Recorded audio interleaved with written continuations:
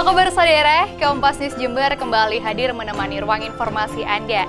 Sejumlah sorotan telah kami siapkan, diantaranya Gunung Bromo kembali semburkan material vulkanik dan harga sembako mulai turun sepekan setelah Lebaran. Kompas News Jember juga akan mengupas keunikan kuliner khas Jember, manisan dan roti berbahan dasar tape singkong. Jadi pastikan Anda tetap bersama Kompas News Jember selama 30 menit ke depan. Kita jelang berita pertama bersama saya Afrin Dwi Mariana. Inilah Kompas News Jember selengkapnya. Saudara, Gunung Bromo kembali semburkan material vulkanik sejak 11 Juli 2016 kemarin. Asap kelabu kecoklatan membumbung dengan ketinggian 1.200 meter dari puncak kawah.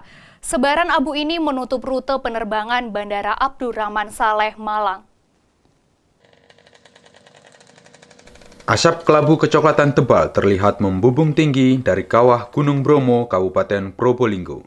Semburan material kali ini lebih tebal dan lebih tinggi dibanding sebelumnya. Ketinggian asap mencapai 1.200 meter di atas puncak kawah menuju barat dan barat daya, menutup rute penerbangan Bandara Abdurrahman Saleh, Malang, yang berjarak 30 km dari puncak Bromo.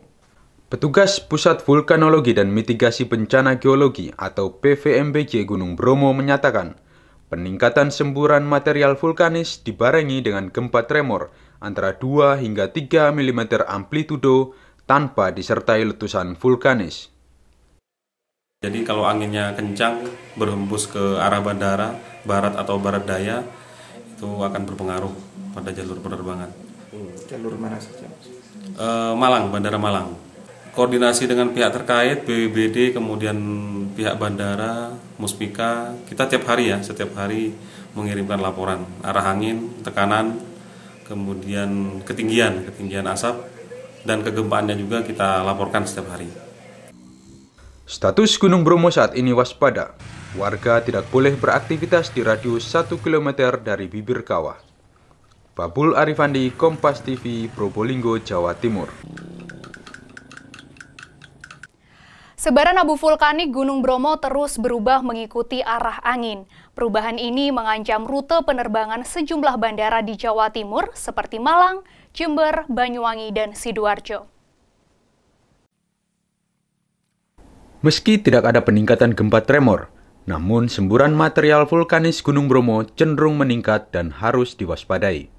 Karena sebaran abu vulkanis berubah-ubah mengikuti arah angin. Sebelumnya arah sebaran abu vulkanis mengarah ke barat dan barat daya atau ke Malang, dan sehari setelah itu berubah menuju arah barat laut cenderung selatan atau Lumajang. Para pengelola bandara di sekitar Gunung Bromo seperti Abdurrahman Saleh Malang, Noto Hadinegoro Jember, Blimbing Sari Banyuwangi, dan Juanda Surabaya diminta untuk mewaspadai perubahan arah sebaran abu vulkanis. Karena abu vulkanis membahayakan bagi keselamatan penerbangan, material vulkanis dapat merusak dan mematikan mesin pesawat. Belum relatif stabil, maka dihimbau untuk segala pihak, untuk semua pihak yang terhitung di Bromo, itu mematuhi rekomendasi dari kami, yaitu radius aman 1 km. Selain mengancam keselamatan penerbangan, sebaran abu vulkanis juga mengancam pemukiman warga. Paparan abu vulkanis dapat mengancam kesehatan, memicu infeksi saluran pernafasan, dan iritasi mata. Babul Arifandi, Kompas TV, Probolinggo, Jawa Timur. Erupsi Gunung Bromo membuat Bandara Abdurrahman Saleh, Malang, Jawa Timur terpaksa ditutup pada 11 Juli 2016. 7 jadwal penerbangan dibatalkan, sedangkan 3 penerbangan dialihkan ke Bandara Juanda Sidoarjo. Penumpukan ribuan calon penumpang terjadi setelah pihak bandara memutuskan untuk menutup bandara mulai pukul 11 siang, tanggal 11 Juli hingga pukul 9 pagi 12 Juli. Penutupan dilakukan karena rute penerbangan terpapar abu vulkanik hingga membahayakan keselamatan penerbangan. Dari total 10 jadwal penerbangan, 7 pesawat tujuan Malang Jakarta dan Malang Denpasar batal berangkat. sedangkan 3 pesawat milik maskapai Sriwijaya Air dan Citylink dialihkan penerbangannya ke Bandara Juanda, Sidoarjo. Jadi yang sudah take off landing itu ada 3 penerbangan, ya, terus yang sudah landing tapi tidak berangkat itu 1 penerbangan itu Garuda, yang batal hari ini atau belum datang itu 6 penerbangan. Jadi hari ini ada 6 yang batal terbang dari 10 kali penerbangan hari ini, karena hari ini tidak ada extra flight. Tim Liputan Kompas TV, Malang, Jawa Timur. Ribuan penumpang di Bandara Abdurrahman Saleh Malang kecewa dengan pihak maskapai yang tengah melakukan pembatalan penerbangan secara mendadak. Mereka pun terpaksa beralih ke transportasi darat yang memakan waktu lebih lama. Ribuan calon penumpang terkejut setelah mendapat pemberitahuan penutupan bandara secara mendadak. Padahal mereka sudah tiba di bandara dan siap untuk boarding pass. Para penumpang kecewa dengan pihak maskapai penerbangan yang terkesan lamban memberitahukan pembatalan penerbangan. Sebagian penumpang dialihkan ke Bandara Juanda, Sidoarjo dengan menggunakan 11 bus melalui jalur darat. Sedangkan sebagian penumpang lainnya mendapat pengembalian tiket 100% dan terpaksa mencari moda transportasi lainnya. Namun ada beberapa penumpang yang menunda penerbangan di hari berikutnya. 14.30 sesuai schedule-nya. Tapi katanya sih jam 2 busnya baru nyampe. Jadi dipindahin Surabaya. Tadi sih sekitar jam 11 itu masih Garuda.